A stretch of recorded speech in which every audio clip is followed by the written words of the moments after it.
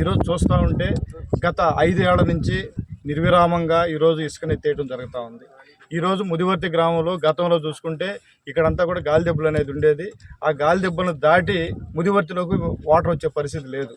కానీ ఈరోజు ఏంటంటే ఏదన్నా చిన్న వరద వచ్చినా కూడా ముదివర్తి గ్రామానికి ఆనుకొని వచ్చేస్తూ ఉన్నాయి. అదేవిధంగా 2 సంవత్సరాల నుంచి కూడా ఈరోజు ముదివర్తి గ్రామం బిక్కుబిక్కుమంటూ ఎంతో ఇబ్బందులు పడే పరిస్థితి వస్తూ ఉంది.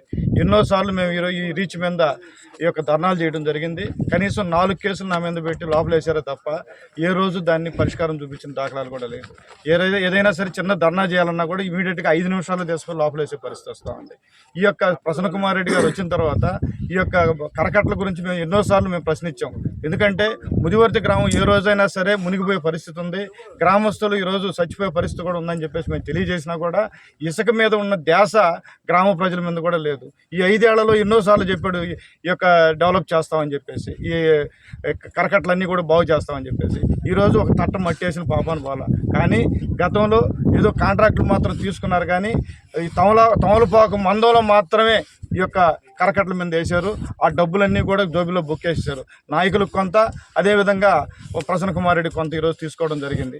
అదేవిధంగా ముదివర్తి గ్రామంలో ఈరోజు మాకు ప్రధాన సమస్య కూడా ఏంటంటే ఈ యొక్క పూర్తిగా ఎత్తేసిన దానివల్ల ఈ యొక్క సముద్రపు నీళ్లు ఎప్పుడైతే మన గ్రౌండ్ వాటర్ అది పెరిగిన దానివల్ల ఉప్పు నీళ్ళు వచ్చే పరిస్థితి ఉంది.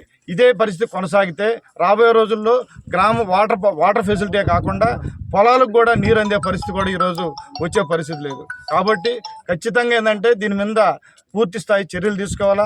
అదేవిధంగా ఈరోజు మా దినేష్ రెడ్డి గారి నాయకత్వంలో ఎన్నోసార్లు ఈరోజు ఈ యొక్క పోరాటాలు చేస్తూ ఉన్నారు. ఇక్కడ నిమ్మకు నీరెత్తినట్టు ఉంటున్నారే కానీ కనీసం ఈరోజు 5 సంవత్సరాలు అంటే 25 ఏళ్ళ నుంచి నేను 5-6 దఫాలుగా నేను ఎమ్మెల్యేగా కొనసాగుతున్నాను అంటున్నావే కానీ ఈరోజు ఈ నియోజకవర్గంలో ఇది మాది అనే పరిస్థితి ఈరోజు లేదు. ఎందుకు కారణం కూడా ఏంటంటే ఆయన నాన్ లోకల్.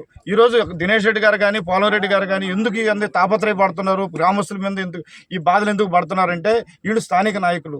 ఈరోజు దోచుకొని నేను ఎప్పుడైనా సరే మేము మా ఊరికి వెళ్ళిపోవచ్చు అనే ఒకే ఒక ఉద్దేశం తప్ప వేరేది కనిపిస్తూ లేదని చెప్పేసి నా యొక్క ఉద్దేశం.